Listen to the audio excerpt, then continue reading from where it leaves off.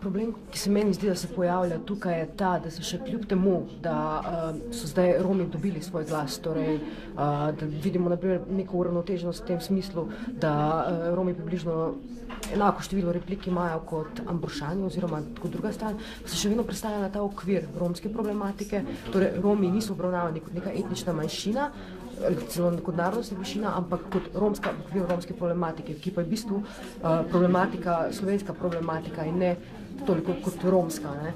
In problem je to, da se še vedno predstavlja na te samoumevnosti in odsotnost analize. Seveda tu je bila naprimer odsotna analiza, dokler ni Hanžek po preselitvi opozoril na analizo človekovih pravic. Diskurs človekovih pravic je bil odsoten, ampak se je to maskiralo v neke ekološke probleme, probleme, ki niso v bistvu prvotnega pomena. Ne? In to mislim. Pa v splošnem bi torej lahko rekli, da so se mediji dobro odrezali.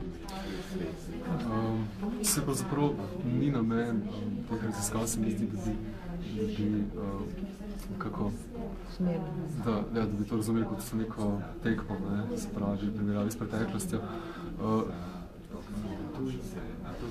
Vse ti mediji, ki smo jih mi raziskovali, kažejo neko občutljivost, ki je prej ni bilo za takšne dogodke. Vendar seveda omanjka pa najbolj pomembne stvari, ki pa so pa ravno ta kritična refleksija, neko odpiranje prostora, kjer se bo res debatiralo o ključnih problemih. In to seveda, ne dam za primer, mislim, da se recimo notranjem ministru nikoli ni bilo potrebno zagovarjati v nekem mediju za svoje dejanje. V teh kategorijah, ali so se mediji kaj pripravljali, bi bilo težko govoriti. Skratka, je pa vsaj nek občutek, da se ta neka občutljivost sami spremenili.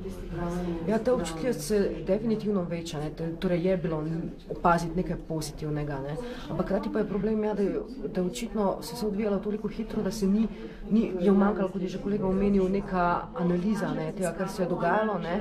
In tu je to bil problem, kljub temu, da so se cel čas potekalo neko soočenje, cel čas to potekalo kot v konfliktu dveh kultur, kar je tudi citat iz Dela.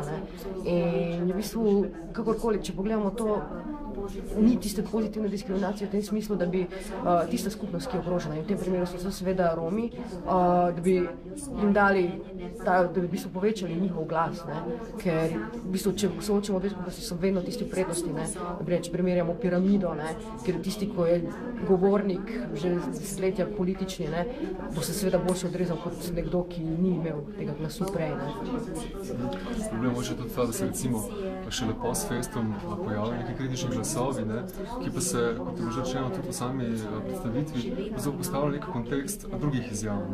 In potem, kar je mene zmotilo, se potem recimo novinarji ne potrudijo in argument recimo varuha, ki je seveda ta, da je absolutno nedopustna kolektivna preselitev, se potem postavi v kontekst izjave politika, ki pa seveda upravičuje ravnanje svoje vlade, vendar ne argumentira tega. Skratka, pogrešam